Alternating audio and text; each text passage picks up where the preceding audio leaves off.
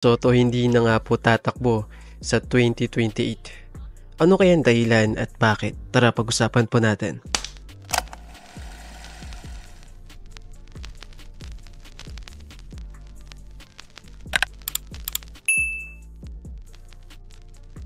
What's up sa inyong lahat mga kaparing. Bago tayo magsimula, don't forget to like and subscribe sa ating YouTube channel. At bago po ang lahat, sa mga hindi po nakakilala, tayo po si Mr. Realytics from Pasig City.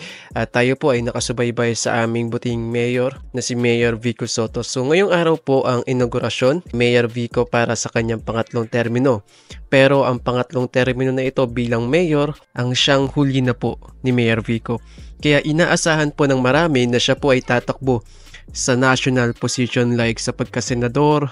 So kaya inaasahan na po ng marami na siya po ay tatakbo sa 2028 sa national position. Kunwari po sa pagkasenador. So ina-expect po ng marami. Even po ang mga taga-Pasig, kami pong taga-Pasig ay inaasahan po namin na tatakbo po si Mayor Vico sa pagkasenador. Pero eto, galing po mismo kay Mayor Vico na wala na po siyang balak tumakbo pa sa 2028. So ito basahin po natin. Ito, sabi po ni Mayor Vico, 2028 hindi ako tatakbo. Ngayon pa lang sinasabi ko na sa inyo, kaya malaya akong gawin kung anong tingin ko ng tama, kung anong tingin ko ang tama. So hindi po ito yung inaasahan po natin kasi ang usap-usapan lang po kasi dati, hindi po tatakbo si Mayor Vico sa pagka-senador. Pero eto, malinaw na po na sinabi ni Mayor Vico na hindi po siya tatakbo sa 2028. So ibig sabihin po nito, kahit anong posisyon ay hindi na po tatakbo si Mayor Vico. Kahit sa local, hindi na rin po siya tatakbo. So yun nga po, hindi ko po alam kung ito po ay seryoso, kung hindi na po magbabago ang isip ni Mayor Vico na siya po ay aalis na ng politika at di na po siya tatakbo pa sa kahit anong posisyon. Well, sana kahit hindi man lang tumakbo si Mayor Vico sa pagkasenador, ay sana po kahit na pagka-vice mayor man lang po o kaya congressman dito po sa aming lungsod ng Pasig para maski papano ay nandoon pa din yung serbisyo ni Mayor Vico sa aming mga Pasigueño. Pero kung ito man po ay totoo at seryoso po si Mayor Vico dito na hindi na po siya tatakbo sa kahit anong posisyon din, nakakalungkot kasi gantong klaseng leader po yung kailangan natin. Naipakita na po ni Mayor Vico yung kanyang pamumuno. Napakaraming karangalan po ang binigay niya sa aming lungsod ng Pasig at maging sa ating bansa. 'Di ba? Anti-corruption champion, tapos napasama pa po ang lungsod ng Pasig sa top 50 finalist ng mga magagaling na mayors sa buong mundo. At may pag-asa pong makasama sa top 25 na kapag nangyari po yun ay mananalo ng halos $1 million o kaya po 56 million pesos. Pero ito galing na po mismo sa kanya na hindi na po siya tatakbo sa kahit anong posisyon. So nakakalungkot po to. Nakakalungkot. So sabi po ni Mayor Vico, hindi nyo masasabi na may bahid ng politika. At yung hindi ko masabi noong campaign period, ngayon pwede ko na pong sabihin. Sa lahat ng aming katunggali, we extend a hand of peace, we extend a hand of unity. Kung maaari, magtulungan tayo para sa kakaganda ng ating lungsod. So dagdag pa po ni Mayor Vico, ngunit kailangan may managot sa mga krimen na naganap. So next topic na po natin pag-usapan yan. Ano pong ibig sabihin ito mga kaparing? Kung sakali ba na hindi na po tatakbo si Mayor Vico sa 2028, anong mangyayari sa Pasig? Well, kung sakali po na magkatotoo o mangyari man po yun, kung seryoso po si Mayor Vico doon, ang posible pong papalit sa kanya, either si Romulo o kaya naman si Jaworski. So ito pong dalawang ito ay malapit po na kaalyado ni Mayor Vico at nakatulong po niya sa tamang pagsiservisyo dito po sa aming lungsod ng Pasig, and hopefully nandun pa din yung presensya kung paano maglingkod ng isang matapat na leader gaya po ng ginagawa ni Mayor Vico. Pero yun nga po, kung sakali ito, hindi pa rin po talaga ako makapaniwala dito kasi kung talaga pong seryoso si Mayor Vico dito na siya po ay hindi na po tatakbo sa kahit anong posisyon sa 2028, then nawala na po yung pag-asa naming mga Pasigueño at ng buong Pilipinas na sana magkaroon po tayo ng isang maayos, malinis, good governance, matapat at magaling na leader, 'di ba? Kasi inaasahan po natin si Mayor Vico na susunod po na maglilingkod sa atin sa pinakamataas na posisyon.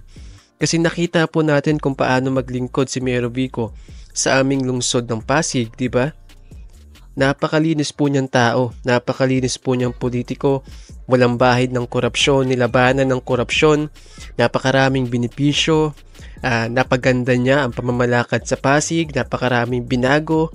Siya po yung tipo na hindi po trapo, na yun po yung kailangan natin para sa ating bansa. Pero eto, sadly, mukhang hindi na po mangyayari yung pinapangarap nating mga Pilipino na sana magkaroon po tayo ng isang leader na gaya ni Mayor Vico na mamumuno at maglilingkod po sa atin sa buong bansa. Hindi pa naman po huli ang lahat kasi 3 taon pa, 'di ba? Malay po natin magbago po ang isip ni Mayor Vico. 'Di ba? Malay natin. Pero ito mga kaparing, sariling opinion ko lang po ito. Okay. Para po sa akin, kaya ito sinasabi ni Mayor Vico ay para tigilan na po siya ng ibang mga politiko na nagnanais po na makamkam ang pinakamatataas na pwesto. Yung mga politiko po na hadlang ang pangalan ni Mayor Vico para sa kanila.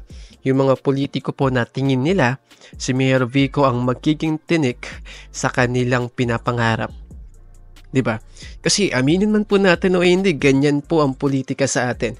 Kapag alam nilang malakas ka sa tao, sisiraan kanila ng sisiraan para matalo ka.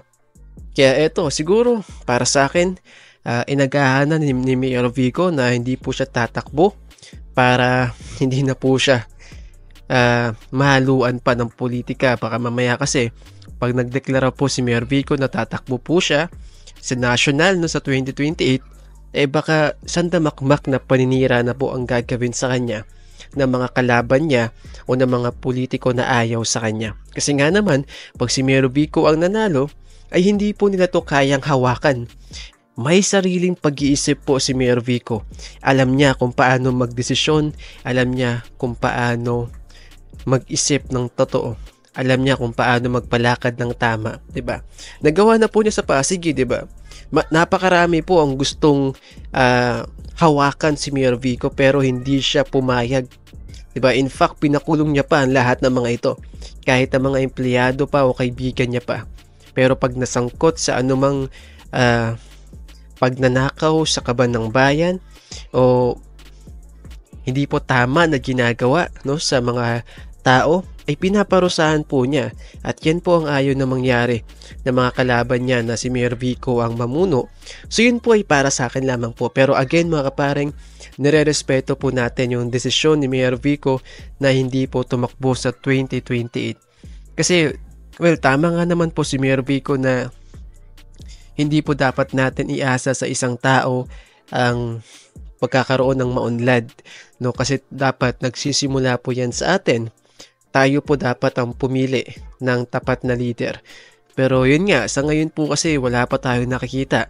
Maliban po kay Ma'am Leni Robredo, ang isa po sa pinaka-qualified dito ay si Mayor Vico kasi napakalinis po niya pero napakagaling po ni Mayor Vico. Pero kung talagang yun po ang kagustuhan ni Mayor Vico, wala po tayong magagawa doon.